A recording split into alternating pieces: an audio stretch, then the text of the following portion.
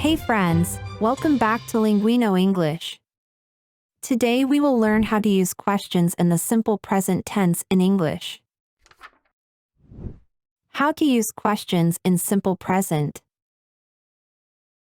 To create questions in simple present tense, we use do or does with the base verb. We put do or does at the beginning of the sentence, then the subject and then the base verb. For example, do you live in London? Do you speak English? Does he like ice cream? When to use do and when does. We use do when the subject pronoun is I, you, we, or they. For example, do you eat pizza? Do they live in a city? Do you drink coffee? We use does when the subject is he, she, or it. Does he eat pizza? Does she drink coffee? Does it sleep on a couch? We also use do when the subject is a plural noun. For example, do students eat lunch? Do penguins fly? Do your friends go to the cinema? We use does when the subject is a singular noun. For example, does the student eat lunch? Does the penguin fly? Does your friend go to the cinema? How to answer positively. To answer the question positively, we use yes and do or does. For example, do you speak English? Yes, I do. Does he eat ice cream? Yes, he does.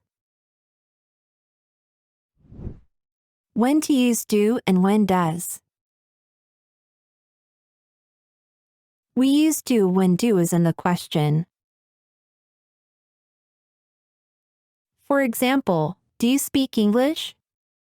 Yes, I do. Do they play volleyball? Yes, they do. We use does when does is in the question. For example, does she eat pizza? Yes, she does. How to answer negatively. To answer the question negatively, we use no and don't or doesn't. For example, do you speak Japanese? No, I don't. Does she eat vegetables? No, she doesn't. When to use don't and when doesn't. We use don't when do is in the question. For example, do you speak Japanese? No, I don't. Do they play basketball? No, they don't. We use doesn't when does is in the question. For example, does she eat apples? No, she doesn't. Does he drink tea? No, he doesn't. Remember the comma after yes and after no. Remember that when we write the answer, we always use a comma after yes and no.